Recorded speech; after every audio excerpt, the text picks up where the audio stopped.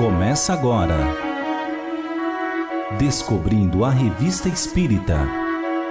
Os fatos, os fenômenos, as análises que auxiliaram Allan Kardec a consolidar os alicerces do Espiritismo.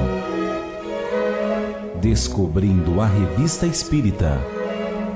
Pesquisa e apresentação, Luiz Armando de Freitas Ferreira.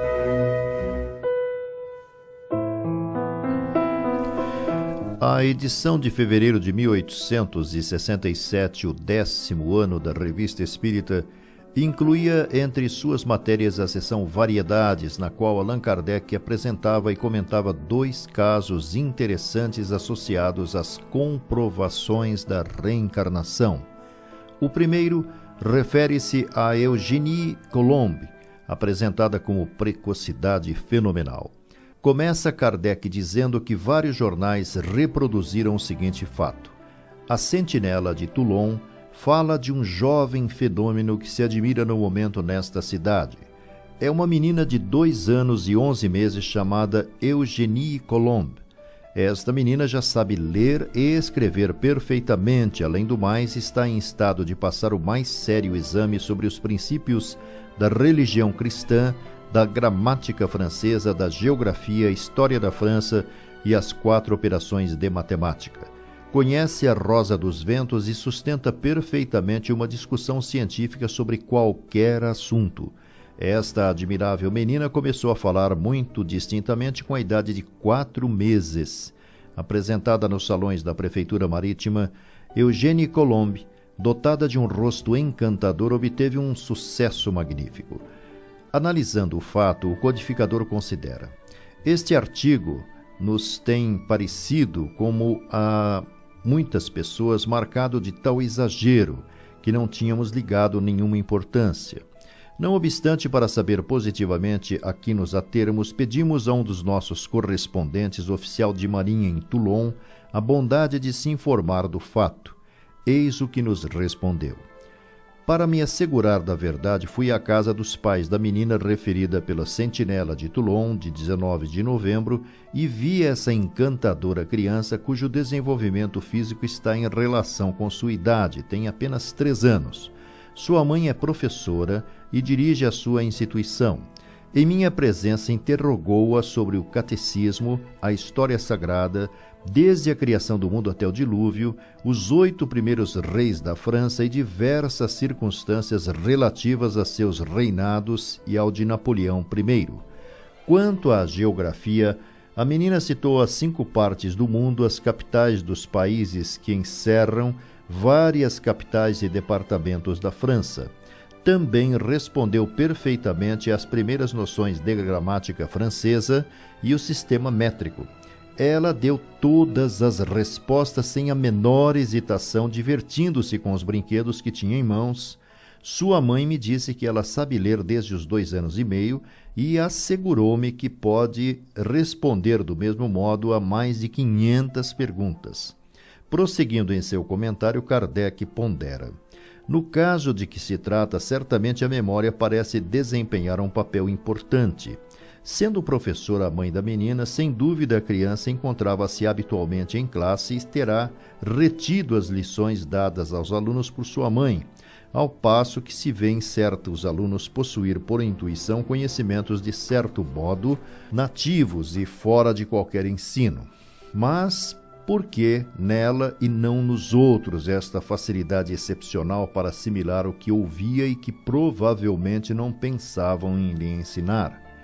É que o que ouvia apenas lhe despertava a lembrança do que sabia.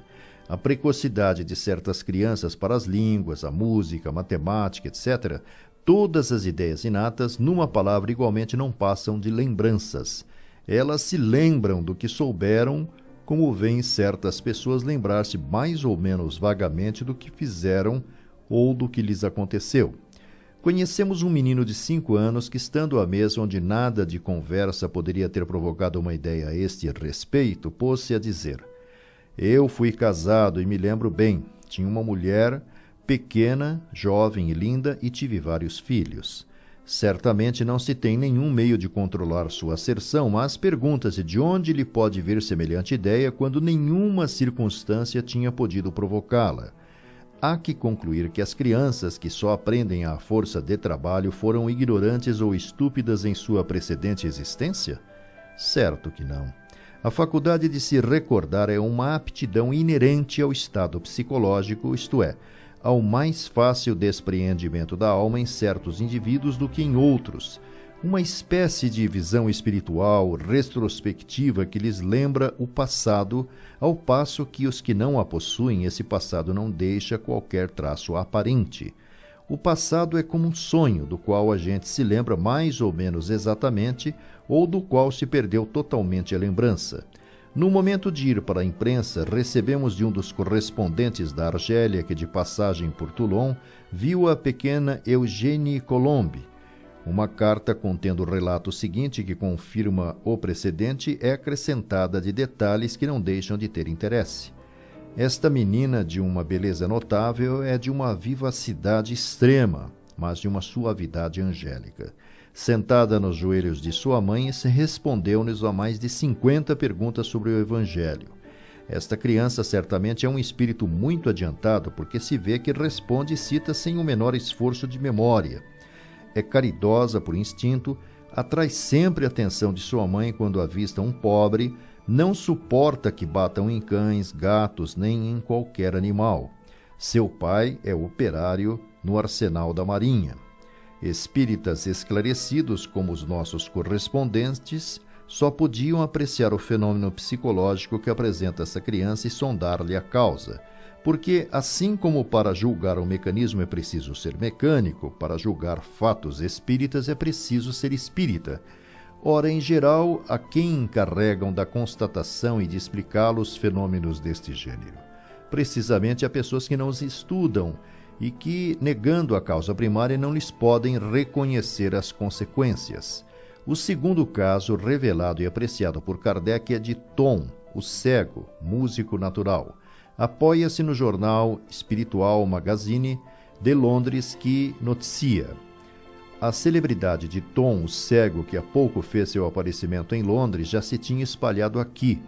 E há alguns anos outro artigo tinha descrito suas notáveis faculdades e a sensação que haviam produzido na América. A maneira por que as faculdades se desenvolveram nesse negro escravo e cego, ignorante e totalmente iletrado, como menino ainda, um dia surpreendido pelos sons da música na casa do seu senhor, correu sem cerimônia a sentar-se ao piano, reproduzindo nota por nota o que acabara de ser tocado, rindo e se contorcendo de alegria ao ver o novo mundo de prazeres que acabava de descobrir. Tudo isso foi tão frequentemente repetido que julgo inútil mencioná-lo mais uma vez. Mas um fato significativo e interessante foi contado por um amigo, primeiro a testemunhá-lo e apreciador da faculdade de Tom. Um dia, uma peça de Handel foi tocada. Imediatamente, Tom a repetiu corretamente e, ao terminar, esfregou as mãos com uma expressão de indefinível alegria, exclamando: "Eu o vejo. É um velho com uma peruca. Ele tocou primeiro e eu depois." É incontestável que Tom tinha visto Handel e o tinha ouvido tocar. Tom exibiu-se várias vezes ao público e a maneira por que executa os trechos mais difíceis quase faria dúvida de sua enfermidade. Repete sem falha no piano e necessariamente de memória tudo quanto lhe tocam, quer sonatas clássicas, antigas, quer fantasias modernas. Este fato surpreendente de um cego e ignorante, desprovido de qualquer instrução, mostrando um talento que outros são capazes de adquirir com todas as vantagens de estudo, provavelmente será explicado por grande número, segundo a maneira comum de encarar as coisas, dizendo: é um gênio e uma organização excepcional. Mas só o Espiritismo pode dar a chave desse fenômeno de maneira compreensível e racional. Comenta Kardec: as reflexões que fizemos a propósito do menino de Toulon naturalmente se aplicam a Tom, o cego. Tom deve ter sido um grande músico ao qual bastou ouvir para estar no caminho do que soube. O que torna o fenômeno mais extraordinário é que se apresenta num negro, escravo e cego, tríplice causa que se opunha à cultura de suas aptidões nativas e a despeito das quais se manifestaram na primeira ocasião favorável como um germe aos raios do sol.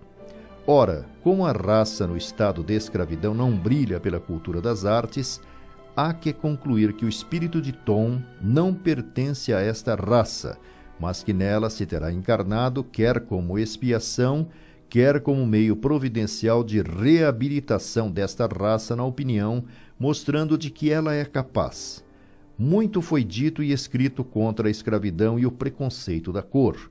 Tudo quanto foi dito não passa de tese filosófica. A lei da pluralidade das existências e da reencarnação vem a isto a acrescentar a irrefutável sanção de uma lei da natureza que consagra a fraternidade de todos os homens. Tom, o escravo, nascido e aclamado na América, é um protesto vivo contra os preconceitos que ainda reinam neste país.